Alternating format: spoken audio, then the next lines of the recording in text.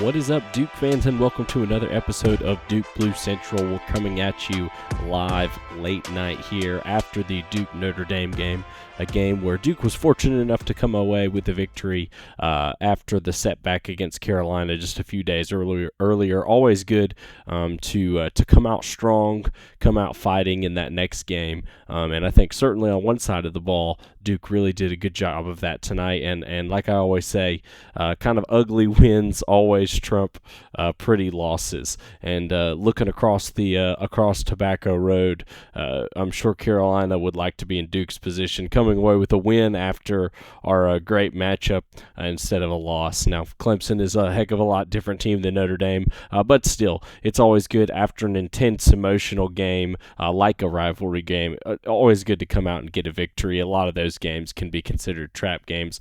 How many games have we lost after UNC? Win or lose, it's always a tough one to come back for because so much hype is poured into that one rivalry game, like it always is. But Duke came out, and man, after the first tip, it felt like Duke was going to run away with this thing and be up 20 the whole game.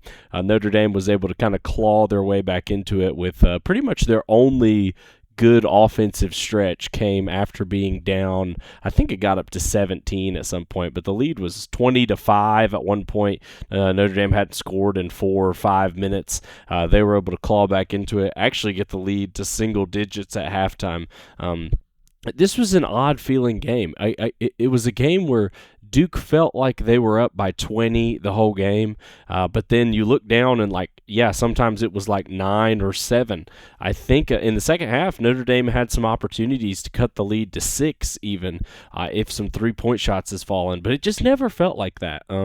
It felt like Duke was moderately in control, and mainly because of the defense they were playing. We'll break it down a little bit more, but the keys to this game, this was an ugly shooting night kind of for both teams. Now, Notre Dame is not a powerhouse offensive team. They're a great defensive team in the ACC, so that might explain some of Duke's offensive woes during this game. But it was an ugly offensive night at times for both teams, certainly basically for the whole night for Notre Dame. Duke was able to really ratchet up the defense, but it was just that kind of game. Duke felt like they were never – it didn't feel like, from a Duke fan's perspective, Duke ever had a chance to really lose this game.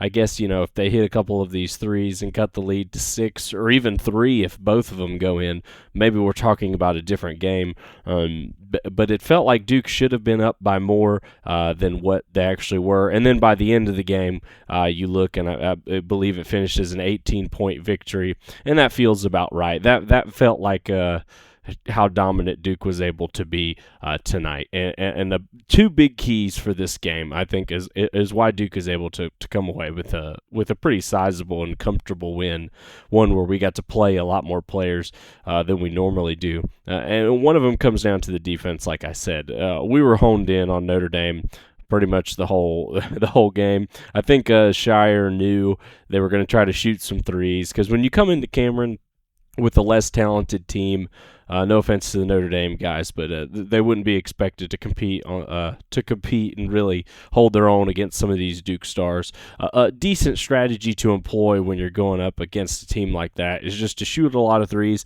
and hope you have a really good shooting night. Notre Dame did that. They shot 27 threes throughout this game, but they were only able to hit 7 of them, making for 25%, 25.9, almost 26%, which is not a winning percentage from 3, especially when I think it was such a huge part of your game plan. That was indicated by kind of Notre Dame switching up their starting lineup, putting Shrewsbury, the coach's son, in the lineup, who I don't know if he's their best three-point shooter, but he certainly adds a large three-point threat to the team, and he did hit a couple of threes, made Duke pay. But I think Duke also knew that Notre Dame was going to do that and defended the 3 pretty dang well. They weren't helping a lot on interior guys getting the ball. Even when we had Ryan Young playing for stretch minutes, when the Notre Dame bigs would get into the paint, it wasn't like people were coming over and doubling. Wasn't people coming over to help. We were mainly concerned with locking up that 3-point arc, and they did that tonight. And that was one reason why. And I think the other one is the amount of turnovers Duke was able to force after a game where I don't believe Duke forced any turnovers against North Carolina. I would imagine that was obviously a point of emphasis in practice this week because Duke was able to force 15 on Notre Dame, which is a huge number for us. And if we can continue to get that kind of defensive pressure, this defense will go to the next level for Duke. And something that I noticed and tweeted out very early in the game is that Duke was pressing Notre Dame a lot. And right from the jump, we were full court pressing them, kind of like half court pressing them, just making them uncomfortable bringing the ball over half court. And the strategy there kind of famously just ticks off some clock on the shot clock where you're not able to get into an offensive rhythm. And whatever we did there really worked. And I know a lot of Duke fans on Twitter, because of the speed, athleticism, and kind of quickness of Duke's roster, have been vying for playing a lot of pressure on defense. And so I don't know if maybe was this a Notre Dame tactic? Was this something Duke is going to continue to do moving forward? I'd like to see him try it moving forward. Just again, because of the hand speed, the agility, the movement of some of our guards, I think playing this kind of pressure could play into our strength. Only time I could see it backfiring would be just the fatigue of the guys. Duke doesn't. We have a bench, but it's not like we're not one of these deep teams that are going to play 10, 11, 12, 13 guys come March. I think come March we're going to play 8 to 9 guys at the most, and sometimes pressing for that long in games could lead to more fatigue from the guys, and that's certainly not what we want when we need some of them out there to play 35 minutes in really critical games down the stretch. But that's not to say that you have to press the entire game. I think there are important runs in the game. You say, hey, last 5 minutes of the half, we're playing press, or to start the game, we're playing press, hopefully build a little bit of a lead, then we can settle back in, maybe get some kind of active rest on the court, at least on the defensive side, just for those few seconds the guys are bringing up the ball. But I'd like to see Duke try that press man a little more frequently. It really worked tonight. Notre Dame was only able to score 53 points tonight, and that's including the end of games. People are always getting garbage time points. I think Notre Dame hit at 3, made a couple open layups that, during the meat of the game, Duke is not allowing those kinds of shots. So this was a game that Notre Dame could have easily been in the 40s for, which is an absurd number for a college basketball team to put up, even though I think Miami played Virginia and scored 38 points against Virginia, which is just insanely nutty how crazy that is. I can't remember, and it's Miami too. The fact that his team, renowned for their offense and shooting, to be held to 38 is just absurd. Now there was nothing to that level on display tonight, and Duke will get their crack at that Virginia defense in just a few short games here. But the fact that this is easily a game where Notre Dame could have finished in the 40s in scoring just speaks to how focused and locked in Duke was really on defense tonight.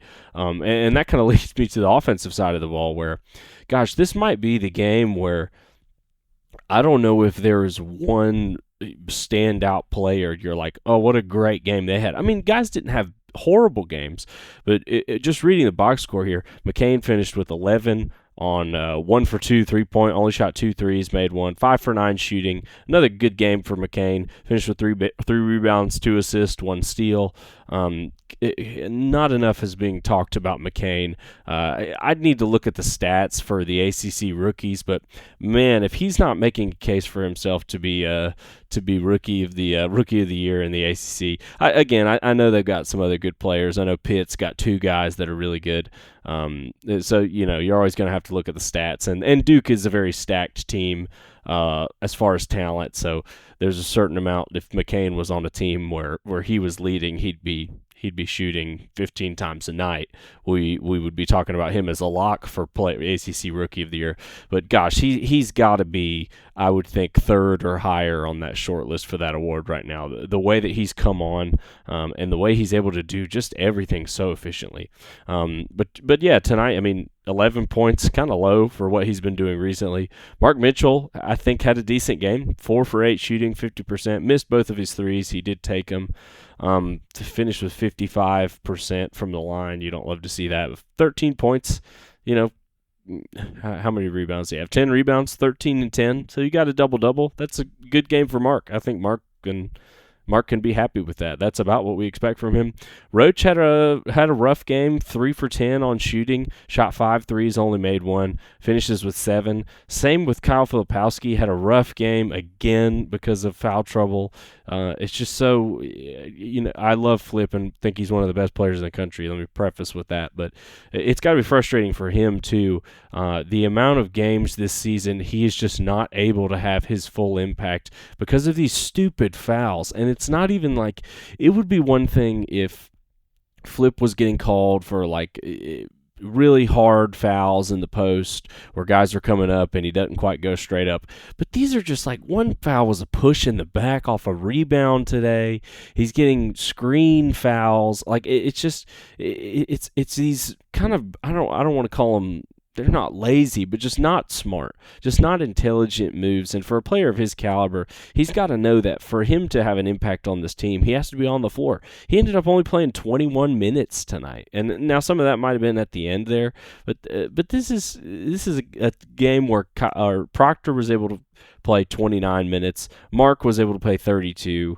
McCain's playing with 26. Roach 27. And you're getting almost 10 minutes less of Kyle Filipowski than the rest of your starters when he is almost non-arguably Duke's best player and one of the best players in the country. We got to find a way to make sure he's not picking up these fouls. And some of that's on him, some of that's on coaching. And I think they both would tell you that. And they both would tell you that has been a problem for us on the year. And it's hard to ignore now. And when you talk about a sport in college basketball where the playoff system is win or lose, you go home if you lose. It's not the NBA playoffs where you get if Flip fouls out one game early, we can chill because we got a 7-game series behind us. As college basketball fans well know, March Madness is a beast. It's cruel. It's unforgiving.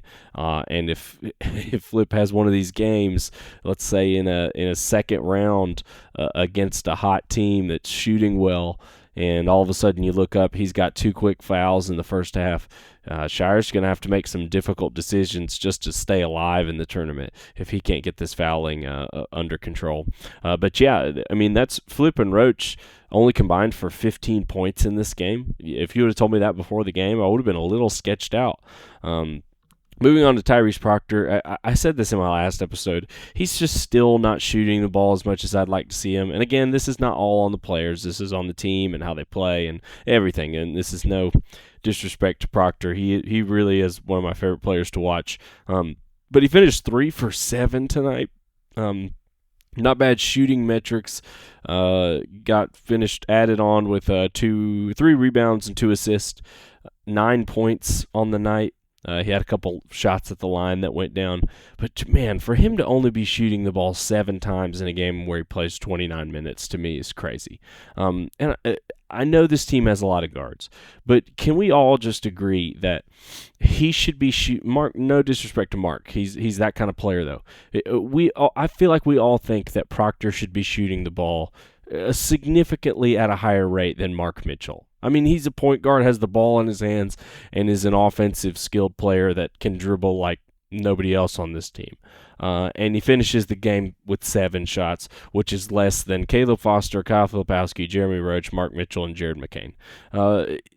Man, I don't know if this is coaching, but sometimes I wish he would just, even for just, and I tweeted this during the game too, even for just quick stretches of time, I wish Proctor could just adopt a mentality of, okay, now's the time for me to get mine. I know he's a great passer, and he's obviously so honed at that part of his game, but it's just so obvious to me that you want this guy shooting 10-plus shots a game. The way he can get to the basket, get those kind of underhanded layups to go, draw fouls, and he's great from the line. He might be our highest free throw shooter, free throw percentage guy. Well, let's see.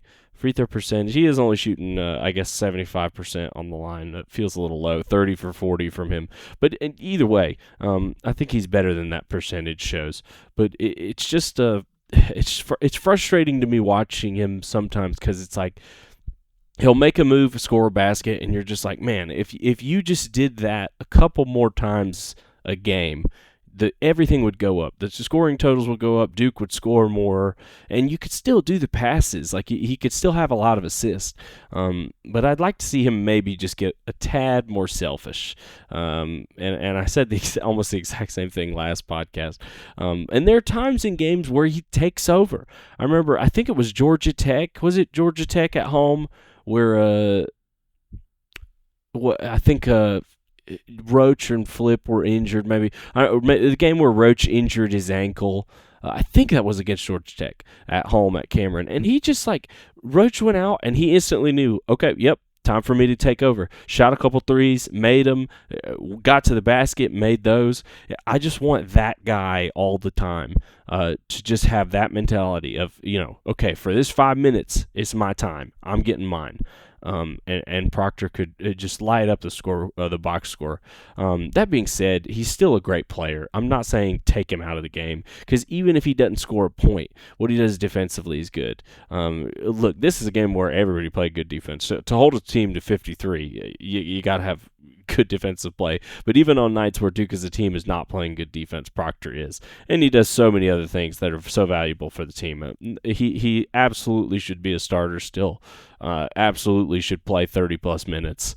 Not worried about that in the slightest. But, man, I just wish for stretches of the game, it's almost like one of those out of a timeout, you say, hey, these next 3 minutes we're playing through Tyrese.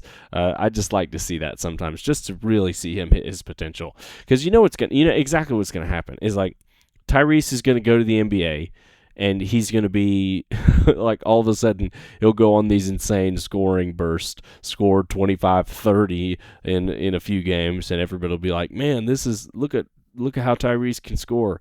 And it's like, yeah, well, yep, he was like that at Duke too, but we just didn't let him be aggressive enough. And I've watched guys go from Duke in the NBA a ton where it's like, man, where did all this scoring come from?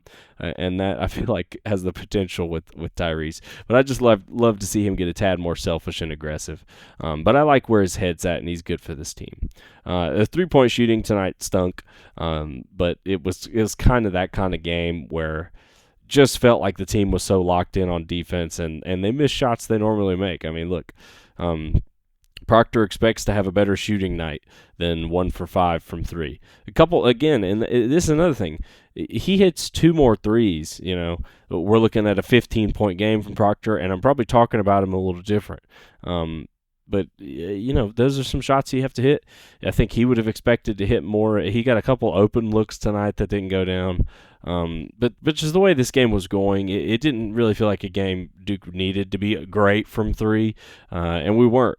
But again, I'm still Duke has definitely calmed my nerves about being a good 3-point shooting team. At the beginning of the year, a lot of my podcasts were saying, if this Duke team isn't a great 3-point shooting team, we're not going to go very far at all. That was supposed to be a marquee of this team, and now it's not. Over the past couple weeks, Duke's really put that to rest, affirming that this is a great 3-point shooting team. But sometimes you're going to have off nights, and it's good to have an off night when you're playing defense like this. But we didn't shoot the ball well against Carolina either, so this is kind of a 2-game skid where we haven't shot the 3 ball as well as we would have liked to. So hopefully this is maybe just a couple rough games for the team and we can get back on track. And, I think that's all I have to say for this one. This is kind of a quicker pod. This was a weird game. I don't have a ton of takeaways from this because it was kind of a rock fight shooting for both teams. Duke played awesome defense, and we got the job done at Cameron. We played Boston College next, and then Wake Forest after that. And those Wake games are are going to be critical. I saw somebody else post on Twitter talking about how Wake Forest could there's a possibility Wake Forest could sneak up to quad 1 territory even when we're playing them at home. I think they'll definitely be quad 1 playing them on the road, but if we can get an opportunity there for 2 quad 1 games where we win those both, that's 2 more quad 1 wins to add to our resume. That would be really something for the committee. I think Lenardi had us at a 3 seed today, which I think honestly most Duke fans, myself included, will be pretty happy with that at this point in the season. I think there are only 2 1 seeds that are firmly grasped. I think UConn and Purdue have got those pretty much locked up. I think Carolina is close as long as they don't stumble again. As of right now, I think Duke's got a couple tough games left on the schedule. I'd say both of the Wake Forest games are tough, and then you play Virginia. And then you've also got State away, even though they've looked really vulnerable as of late, and you've got Miami away. And look, I know that I just talked about them only scoring 38, but there's just one of those teams where you play them on the wrong night, they hit 50% of their threes, and you could be walking out with the L. So, but if right now, if it stayed how it was, if Carolina doesn't lose, Duke doesn't lose until their last game, that game at Cameron would determine the regular season champion. So we'll see how that unfolds. If that situation unfolds, is it a thing where we both kind of knock ourselves out of being 1s and both Duke and Carolina are 2s? But I think Carolina is still firmly in the driver's seat of getting a 1 seed. But other than that, man, I mean, the 2s and 3 seeds are going to be so hard to sort out for this committee. Let me pull up the AP poll real quick. It's all over the place. I thought Duke actually got a little shafted in the most recent AP poll just because, we get a win against Clemson at home. We get a win at Virginia Tech, a tough game to play, plus tough place to play. And then we lose to Carolina, who was number 3. And we dropped down a couple spots, and yet they stayed the same even after – I don't know. I guess they're Clemson. Or no, well, even after losing to Georgia Tech before us. They lost to Georgia Tech and beat us and didn't move. And we beat Clemson and Virginia Tech, lose to them, and we dropped down 2 spots. I think a lot of it had to do with the fact Arizona – they wanted to put Arizona ahead of us, which is tough to argue. I mean, we played head-to-head and we lost. But Marquette, does Marquette deserve to jump us that bad? Even a team like Tennessee, all those teams have 5 – even just looking at it now – UConn and Purdue have separated themselves as I think the top 2 teams, both only 2 lost teams. Carolina, after that though, Carolina has 4, Kansas has 4, Houston has 3. They are who they are. Great defensive team. Tennessee has 5. Marquette has 5. Arizona has 5. Duke has 5. Illinois has 5. Then you kind of get lower. Wisconsin has 6. Auburn sitting there at 12, but only has 4. And you have Baylor, who we beat early in the year, who has 5 losses. Iowa State has 5 losses, but have some really good wins against top 5 teams. So just this this tournament seeding is going to be really exciting. Let's see how it shakes out. You never know how the end of the season is going to go. One of these teams could just drastically fall off a cliff, or there could be another team who finishes out undefeated and sneaks into a 3 or 2 or even a 1 seed. But this last half of the ACC season is obviously a huge deal for Duke, not only because of how we're going to head into the ACC tournament and whether we can achieve a regular season championship, like I think this team was expected to. But it's also big for seeding. This is the time of year where we're looking at, hey, how many can we pick up another sneaky quad 1 win or avoid a quad 2, 3 loss? This is when you'll see those conversations really pick up. But for the next couple games, for Boston College, Duke should feel pretty comfortable with that, and then you start having a real conversation when we got to play Wake. But that's all I'm going to hit you with this episode. Thanks so much for listening, everybody. Appreciate each and every one of you. If you want to give me a follow on Twitter, you can do that over at Duke Blue Central. Love to interact with you there. It's been great talking to all you guys. Go Blue Devils.